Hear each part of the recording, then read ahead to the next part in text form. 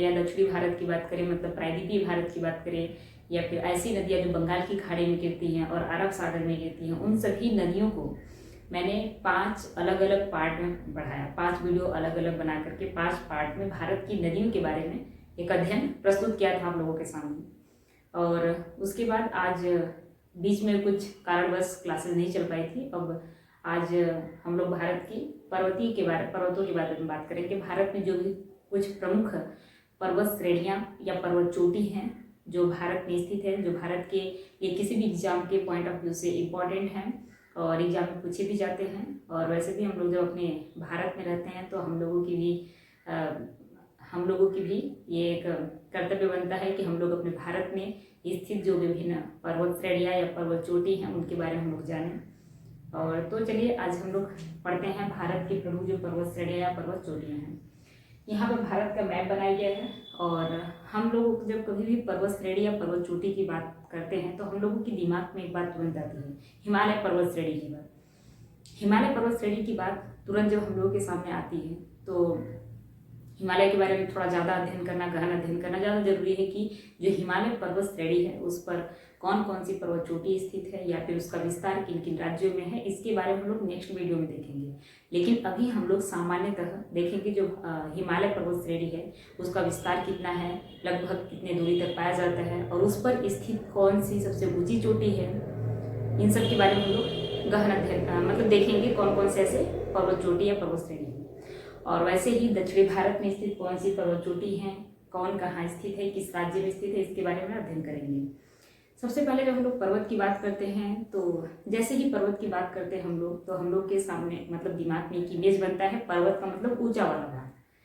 तो जो पर्वत होते हैं सामान्यतः पर्वत जो धरातल होता है, जो सरफेस होता है, जो मैदानी क्षेत्र होते हैं उसकी अपेक्षा लगभग 1000 मीटर ऊंचाई पर होते हैं। 1000 मीटर लगभग ऊंचा होता है। इसका मतलब लगभग कह सकते हैं कि लगभग 1 किलोमीटर की ऊंचाई पर होते हैं जो पर्वत होते हैं।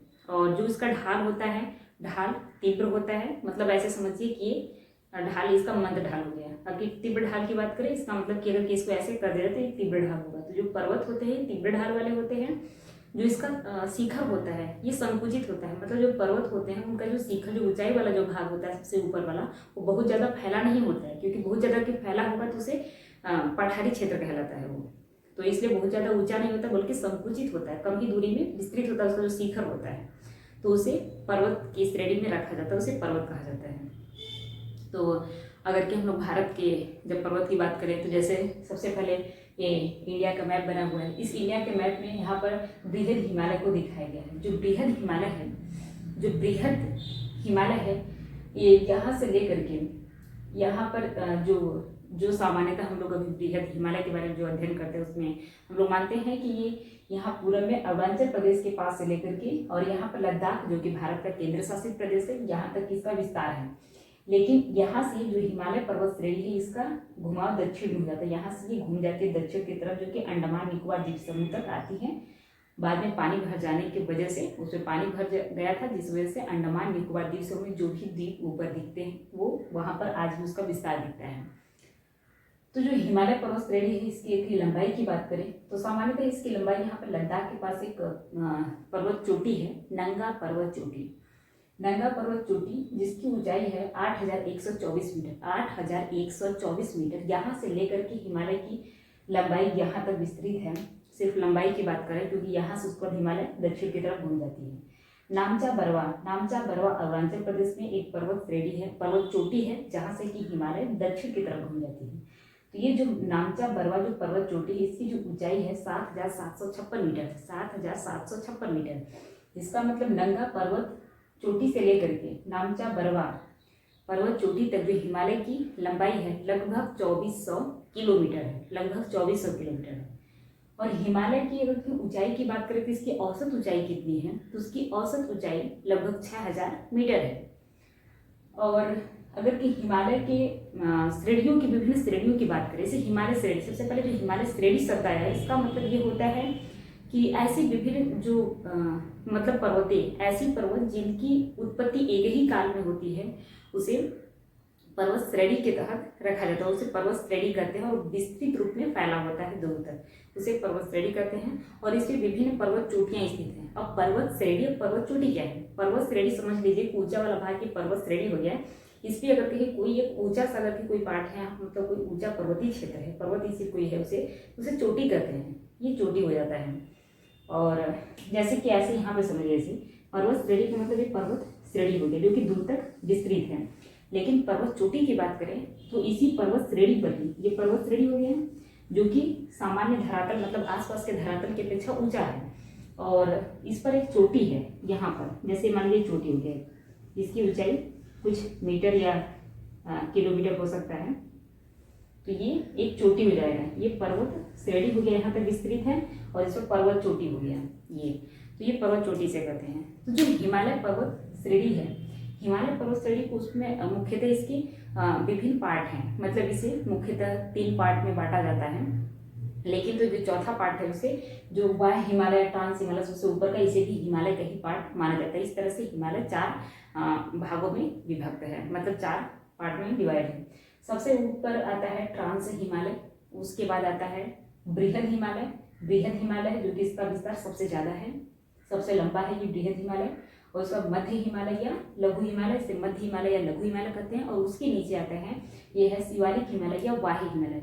इसे वाही हिमालय इसलिए भी कहा जाता है क्योंकि जो हिमालय है इसके सबसे बाहर वाला पार्ट इधर वाला है, और ये सबसे ऊपर उसे ट्रांस हिमालय इसलिए कहा जाता है, ट्रांस या पार हिमालय। ट्रांस या पार हिमालय का मतलब क्या है? पार मतलब जो बृहद हिमालय, सामान्यतः इसमें हिमालय का मतलब हम बृहद हिमालय से ले रहे हैं, इसलिए बृहद हिमालय के उस तरफ स्थित है, इसलिए उसे कह देते हैं ट्रांस या पार हिमालय, तो इसलिए इसे पार हिमालय कहते हैं। और इसके बाद इसमें अगर के हिमालय पर्वत श्रेणी की बात करें तो इसकी सबसे ऊंची पर्वत चोटी कौन सी है? इसकी सबसे ऊंची पर्वत चोटी है ये एवरेस्ट पर्वत चोटी, मतलब माउंट एवरेस्ट जो पर्वत चोटी है, माउंट एवरेस्ट जो है ये यहाँ पर नेपाल में स्थित है, बृहद हिमालय पर, हिमालय पर्वत श्रेणी पर स्थित है माउंट एवरेस्ट जो कि नेपाल में है। इसकी ऊंचाई कितनी है? तो 8,848.86 मीटर है।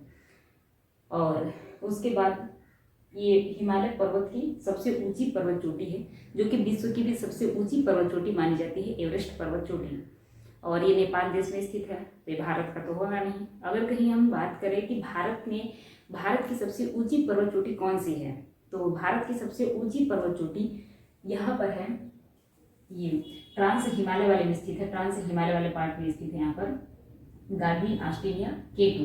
गार्डविन ऑस्ट्रेलिया K2 जो है वह 8,611 मीटर की ऊंचाई मतलब ऊंची है, 8,611 मीटर ऊंची है गार्डविन ऑस्ट्रेलिया K2 जो कि POK में है, जो लद्दाख केंद्र शासित प्रदेश है भारत का। उसके जो POK मतलब जो पाकिस्तान ऑक्यूपाइड कश्मीर है, पाकिस्तान अधिकृत क्षेत्र POK वाले पार्ट में स्थित है। और जो दूसरी भारत की सबसे ऊंची पर्वत चोटी है वो कौन सी है? वो है कंचनजंगा जो कि सिक्किम में है, कंचनजंगा जो कि सिक्किम में है। इसकी ऊंचाई है, इसकी जो हाइट है वो है 8,598 मीटर, 8,598 मीटर ऊंची है जो कि सिक्किम में स्थित है। सिक्किम भारत का ही राज्य है।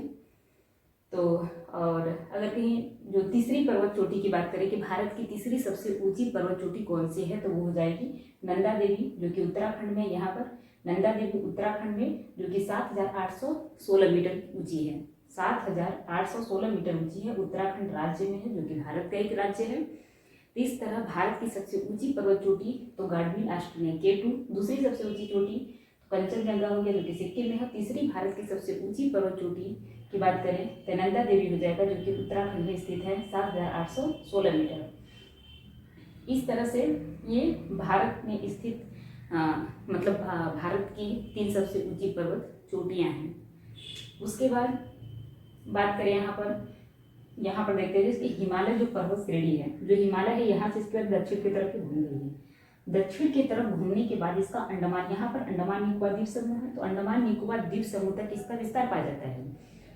इसका विस्तार यहाँ तक था, लेकिन बाद में जब बंगाल की खाड़ी में जो पानी भरा हुआ है, ठीक है, बंगाल की खाड़ी यहाँ पर है, बंगाल की खाड़ी में जो पानी है, जब उसमें पानी का जो वाटर लेवल था, जल स्तर उसके ऊपर उठने की वजह से वो ऊपर उठ गया। थोड़ा सा जब ऊपर उठा तो जो ये पर्वतीय क्षेत्र था, पर्वत होता है तो प्लेन होता नहीं, उसमें ऊबड़ खाबड़ होता है, कहीं जगह उठा है तो कहीं नीचे है, तो अगर कि जो ऊंचा उठा हुआ भाग था ऊपर दिख रहा था, और जो नीचे था उसमें पानी भर गया, जिस वजह से ऊपर द्वीप की तरह दिखने लगा।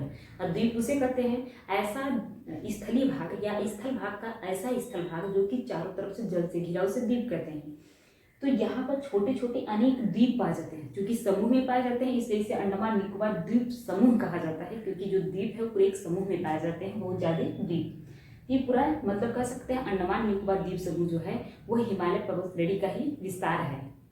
और यहाँ पर अराकान योमा जो कि म्यांमार में पाया जाता है, पूर्वी भारत और म्यांमार के आसपास के क्षेत्रों में यहाँ पाया जाता है अराकान योमा, और जो कि हिमालय का ही दक्षिणी विस्तार है। हिमालय का जब दक्षिण की तरफ घूम जाती है तो उसका विस्तार यहाँ पर कुछ छोटे छोटे अन्य पर्वत भी पाए जाते हैं, अन्य पर्वतें। तो यहाँ पर है अराकान योमा पर्वत, उसके उत्तर में थोड़ा सा चीन, फिर नागा है, फिर पटकोई है। ये सीक्वेंस से इसी क्रम में ये पर्वत पाए जाते हैं, सबसे ऊपर पटकोई, फिर नागा, फिर चीन, फिर अराकान योमा। उसके बाद खासी, यहाँ पे गारो खासी जयंतिया पर्वत चोटी की बात करें, जो पर्वत पाए जाते हैं ये मेघालय में स्थित है। गारो, खासी और जयंतिया, जो खासी जो बीच वाला जो पर्वत चोटी है, जो पर्वत है यहीं पर स्थित है मौसिन राम। ये पर्वत चोटी ऊंचाई पर स्थित है, मतलब काफी ऊंची है, और ऊंचाई होने की वजह से जब यहाँ से जब दक्षिण पश्चिम, क्योंकि यहाँ पर नीचे दक्षिण है, इधर पश्चिम, दक्षिण पश्चिमी जब मानसून आता है भारत में, तो यहीं से खासी की जो पहाड़ी है वहीं पर टकरा कर, क्योंकि यहाँ से जब जलवायु जाती है तो जो बांग्लादेश है यहाँ पर मैदानी क्षेत्र है, प्लेन है, यहाँ पर कोई अवरोध नहीं मिलता है, जिस वजह से हवाएं ऊपर उठें और बारिश हो, जिस वजह से हवाएं आगे चली जाती हैं, गर्म हवाएं रहती हैं और जलवाष्प से परिपूर्ण रहती हैं, जिस वजह से यहाँ जब मेघालय में पहुँचती हैं तो इन पर्वत चोटियों से टकरा करके भारी वर्षा करती हैं। मौसिन राम जो है वो खासी पर्वत पर स्थित है, मौसिन राम, और ये इसे टकरा करके भारी बारिश होती है और वहाँ पर विश्व की सबसे ज़्यादा औसत वार्षिक वर्षा कहाँ होता है, तो मौसिन राम में ही होता है, जो कि मेघालय में है, खासी पर्वत पर स्थित है। उसके बाद और अन्य पर्वतों की बात करें भारत में, यहाँ पर देखिए दिया है अरावली पर्वत के बारे में। अरावली पर्वत यहाँ पर राजस्थान में इसका विस्तार पाया जाता है, और अगर इसको विस्तृत रूप में देखें तो ये लगभग गुजरात में पालनपुर से लेकर के लगभग दिल्ली तक इसका विस्तार पाया जाता है, लेकिन इसका सबसे ज़्यादा विस्तार राजस्थान में ही है। राजस्थान जो कि भारत का राजस्थान राज्य जो है कि मरुस्थलीय क्षेत्र है, जहाँ पर बालू वगैरह ज़्यादा पाए जाते हैं, क्योंकि मरुस्थलीय क्षेत्र में बालू ज़्यादा पाए जाते हैं। और अब मरुस्थल जो होते हैं, मरुस्थल भी कई तरह के होते हैं, तो ये बलुई मरुस्थल है, बालू ज़्यादा पाए जाते हैं। जो अरावली पर्वत श्रेणी है या अरावली पर्वत कह सकते हैं, जो अरावली पर्वत है इसका विस्तार कितना है, तो लगभग 800 किलोमीटर तक इसका विस्तार पाया जाता है। 800 किलोमीटर तक इसका विस्तार पाया जाता है। इसकी सबसे ऊंची पर्वत चोटी की बात करें, इसकी सबसे ऊंची पर्वत चोटी है गुरु शिखर, जो कि राजस्थान में, अरावली पर्वत राजस्थान में है, ज़्यादा इसका विस्तार है, तो राजस्थान वाले पार्ट में ही यहाँ पर है गुरु शिखर, जिसकी ऊंचाई है 1722 मीटर, 1722 मीटर ऊंची है। और ये अरावली पर्वत जो है, अरावली पर्वत की सबसे ऊंची पर्वत चोटी है, कौन, गुरु शिखर। तो ये ध्यान रखिएगा कि गुरु शिखर जो पर्वत चोटी है वो राजस्थान में है। उसके बाद यहाँ विंध्याचल है और यहाँ सतपुड़ा है। विंध्याचल पर्वत के नीचे और सतपुड़ा पर्वत और विंध्याचल पर्वत श्रेणी के बीच में एक नदी बहती है, जिसे कहते हैं नर्मदा नदी। बीच में एक नदी बहती है नर्मदा नदी, और सतपुड़ा पर्वत के नीचे एक नदी बहती है तापी नदी। तो जो यहाँ पे विंध्याचल पर्वत और सतपुड़ा पर्वत है, इसके बारे में देखेंगे। जो विंध्याचल पर्वत है ये इधर यहाँ पर मध्य प्रदेश में और उत्तर प्रदेश में इसका विस्तार पाया जाता है, काफ़ी दूरी तक इसका विस्तार है। जैसे कि मिर्जापुर में, इसको उत्तर प्रदेश की बात करें तो मिर्जापुर में हम लोग देखते हैं कि जो माँ विंध्यवासिनी मंदिर है, तो जो कि विंध्याचल पर्वत श्रेणी पर स्थित है। तो हिमालय जो विंध्याचल पर्वत है इसका विस्तार काफ़ी दूर तक है। और तो जो विंध्याचल पर्वत है ये भी 3 पार्ट में डिवाइड है, मतलब 3 अलग अलग पर्वत इसमें पाए जाते हैं, जिसको एक सम्मिलित रूप से विंध्याचल पर्वत कहा जाता है। सबसे जो पूरब वाला हिस्सा है, सबसे यहाँ पर पूरब वाला है और बीच में है, फिर यहाँ पर पश्चिम वाला। सबसे पूरब वाला जो भाग है उसे कहा जाता है कैमूर, और उसके बाद भारनेर यहाँ पर है, और यहाँ पर विंध्याचल। देखिए यहाँ पर मैंने अलग अलग लिख दिया है। सबसे पहले आते हैं विंध्याचल, फिर उसके बाद भारनेर या भांडेर, फिर उसके बाद कैमूर। ये है विंध्याचल पर्वत जो है उसका ये 3 पार्ट में डिवाइड है। इन तीनों का नाम है विंध्याचल, भारनेर या भांडेर और कैमूर। उसके बाद सतपुड़ा पर्वत की बात करें, सतपुड़ा पर्वत जो कि ज़्यादा इसका विस्तार मध्य प्रदेश में है, लेकिन इसका महाराष्ट्र में भी थोड़ा पार्ट है, महाराष्ट्र में भी पाया जाता है थोड़ा बहुत है, लेकिन इसका ज़्यादातर विस्तार जो है वो मध्य प्रदेश में है। जो इसकी थोड़ी सी चोटी यहाँ पर है, मतलब थोड़ा सा जो इसका पार्ट है पर्वत श्रेणी है वो छत्तीसगढ़ और मध्य प्रदेश के सीमा पर बॉर्डर पर स्थित है। तो ये भी 3 पार्ट में डिवाइड है। सबसे पहले है यहाँ पर देखिए, इसको उसी सीक्वेंस में मैंने बनाया है, उसी क्रम में लिखा है जिस क्रम में यहाँ पर स्थित है। इसका मतलब कि जो विंध्याचल है, विंध्याचल जैसे ऊपर विंध्याचल पर्वत की बात करें तो सबसे इधर वाला विंध्याचल होगा, फिर भारनेर होगा, फिर कैमूर। सतपुड़ा की बात करें तो ये भी 3 पार्ट में डिवाइड है। सबसे पहले यहाँ पर हो जाएगा राजपीपला, जैसा कि मैंने लिखा है राजपीपला महादेव मैकाल, मतलब राजपीपला महादेव मैकाल। फिर यहाँ पर मैंने लिखा है कि महादेव पर्वत श्रेणी पर स्थित है पर्वत चोटी धूपगढ़ पर्वत चोटी, जो कि मध्य प्रदेश में है। महादेव पर्वत श्रेणी पर 3 अलग अलग श्रेणियों में डिवाइड है। राजपीपला महादेव मैकाल, महादेव पर स्थित है धूपगढ़, महादेव पर स्थित है धूपगढ़। इसके बारे में मैंने डिटेल में थोड़ा लिख दिया अलग से, क्योंकि इसमें जगह कम था। तो यहाँ पर जो धूपगढ़ चोटी है जो कि 1350 मीटर है, इसकी ऊंचाई 1350 मीटर है। ये सतपुड़ा की सबसे ऊंची पर्वत चोटी है। इस सतपुड़ा पर्वत श्रेणी की बात करें, जो सतपुड़ा पर्वत की सबसे ऊंची पर्वत चोटी है धूपगढ़, जो कि मैकाल पर्वत श्रेणी पर स्थित है। तो मैकाल पर्वत श्रेणी में इसका सबसे ऊंची चोटी है धूपगढ़, जो कि 1350 मीटर ऊंची है। उसके बाद सतपुड़ा की दूसरी सबसे ऊंची चोटी की बात करें तो अमरकंटक है, ये भी मध्य प्रदेश में है। अमरकंटक ये सतपुड़ा की दूसरी सबसे ऊंची चोटी है और इसकी ऊंचाई कितनी है 1066 मीटर इसकी ऊंचाई है, जो कि अमरकंटक चोटी है। 1066 मीटर इसकी ऊंचाई है और सतपुड़ा की दूसरी सबसे ऊंची चोटी हुई है। इसका मतलब सतपुड़ा पर्वत श्रेणी हो गया, 3 पार्ट में डिवाइड है। या ध्यान रखिए, राजपीपला महादेव मैकाल, महादेव पर स्थित है धूपगढ़ जिसकी ऊंचाई है 1350 मीटर और सतपुड़ा की सबसे ऊंची पर्वत चोटी है। दूसरी है अमरकंटक, जो कि मैकाल पर्वत श्रेणी पर स्थित है और ये मध्य प्रदेश और छत्तीसगढ़ की सीमा पर स्थित है, मध्य प्रदेश और छत्तीसगढ़ की बॉर्डर पर। और ये अमरकंटक है, मध्य प्रदेश में भी स्थित है। इसकी ऊंचाई है 1066 मीटर।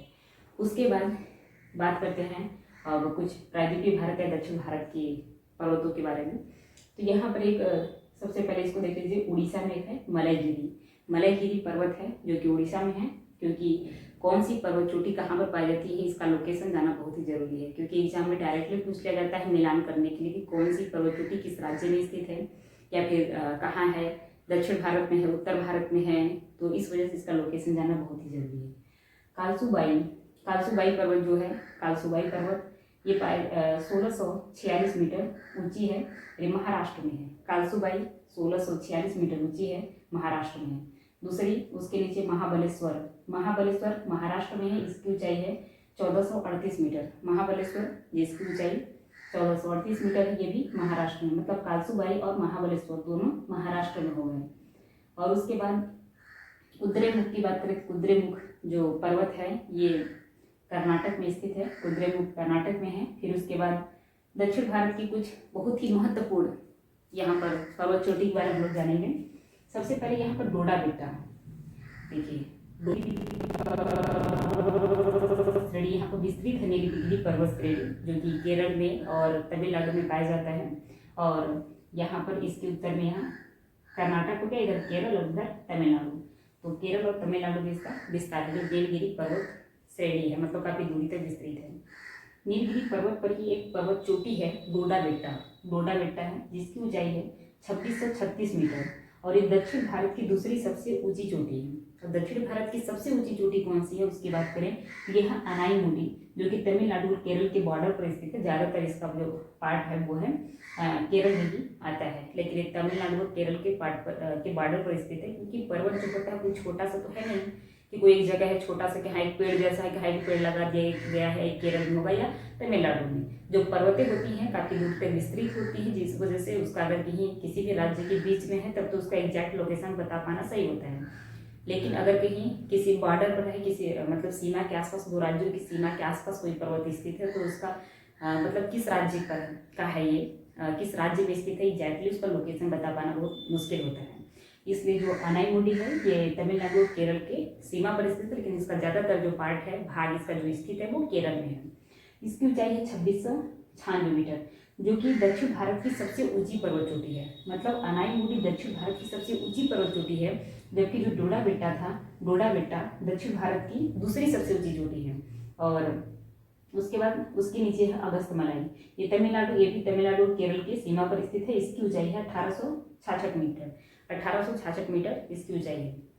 तो इसका मतलब कि दक्षिण भारत की सबसे ऊंची पर्वत चोटियों से पूछा जाए तो आप ध्यान रखिए अनाईमुडी 2696 मीटर है, जो कि अन्नामलाई पर्वत श्रेणी पर स्थित है। अन्नामलाई, यहाँ पर अन्नामलाई पर्वत श्रेणी है और उसके ऊपर मतलब उसके ऊंचाई उत्तर की तरफ जाते हैं, उत्तर में नीचे अनाईमुडी जो कि अन्नामलाई पर्वत श्रेणी पर स्थित है। अन्नामलाई जो कि दूरी तक विस्तृत है, अन्नामलाई पर्वत श्रेणी उस पर स्थित है एक पर्वत चोटी अनाईमुडी, जो कि दक्षिण भारत की सबसे ऊंची पर्वत चोटी है, जिसकी ऊंचाई है 2696 मीटर, मतलब 2696 मीटर। और दक्षिण भारत की दूसरी सबसे ऊंची चोटी की बात करें तो वह है डोडा बेट्टा, जो कि नीलगिरी पर्वत श्रेणी पर स्थित है। इसका मतलब कि नीचे है अन्नामलाई पर्वत श्रेणी जिस पर अनाईमुडी स्थित है, उसके उत्तर में नीलगिरी पर्वत श्रेणी जिस पर डोडा बेट्टा स्थित है। तो ये भारत की कुछ प्रमुख पर्वत चोटियों के बारे में है, ये कौन सी पर्वत चोटी कहाँ पर पाई जाती है, किस राज्य में उसकी ऊंचाई कितनी है। और इसके बाद विश्व की सबसे ऊंची पर्वत चोटी कौन सी है, एवरेस्ट पर्वत चोटी है, जिसके बारे में मैंने पहले ही बता दिया था। उसके बाद भारत की सबसे ऊंची पर्वत चोटी कौन सी है, तो गाडविन आस्टीन या K2, और जो कि लद्दाख और पाकिस्तान के यहाँ पर बॉर्डर पर, नहीं गाडविन आस्टीन जो है यहाँ पाया था, सॉरी मेरे ध्यान में था नंगा पर्वत, इसलिए मैंने बोल दिया ऐसे। जो गाडविन आस्टीन है लद्दाख में, जो पीओके वाला एरिया है, लद्दाख के पीओके वाला एरिया है, पाकिस्तान ऑक्यूपाइड कश्मीर, जो पाकिस्तान ने लद्दाख के जितने क्षेत्रों में पाकिस्तान ने कब्जा किया है उसे पाकिस्तान अधिकृत कश्मीर के नाम से जाना जाता है, और उसी क्षेत्र में स्थित है गाडविन आस्टीन या K2। और दूसरी सबसे ऊंची चोटी की बात करें तो कंचनजंगा है, जो कि सिक्किम में है। और तीसरी भारत की सबसे ऊंची चोटी की बात करें तो नंदा देवी है, जो कि नंदा देवी जो कि उत्तराखंड में है। तो ये भारत की सबसे ऊंची पर्वत चोटियां होंगी। उसके बाद दक्षिण भारत की सबसे ऊंची पर्वत चोटी की बात करें तो दक्षिण भारत की सबसे ऊंची पर्वत चोटी है अनाईमुडी। यहाँ मैंने बताया कि अनाईमुडी है, जो कि जिसकी ऊंचाई है, जो हाइट है उसकी 2696 मीटर है। उसके बाद दक्षिणी भारत की दूसरी सबसे ऊंची चोटी है डोडा बेट्टा, जो कि नीलगिरी पर्वत श्रेणी पर स्थित है। इसकी ऊंचाई है 2636 मीटर। तो ये भारत के बारे में कुछ भारत की प्रमुख पर्वत रही, उसकी स्थिति रहा। अब नेक्स्ट वीडियो हम लोग देखेंगे कि जो हिमालय पर्वत है, हिमालय पर्वत श्रेणी पर कोई कुछ प्रमुख पर्वत श्रेणियों के बारे में देखेंगे, जो कि किसी भी एग्जाम में पूछा जाता है कि कौन सी हिमालय पर्वत श्रेणी पर स्थित है पर्वत या चोटी, या फिर किसी दूसरे जगह स्थित है।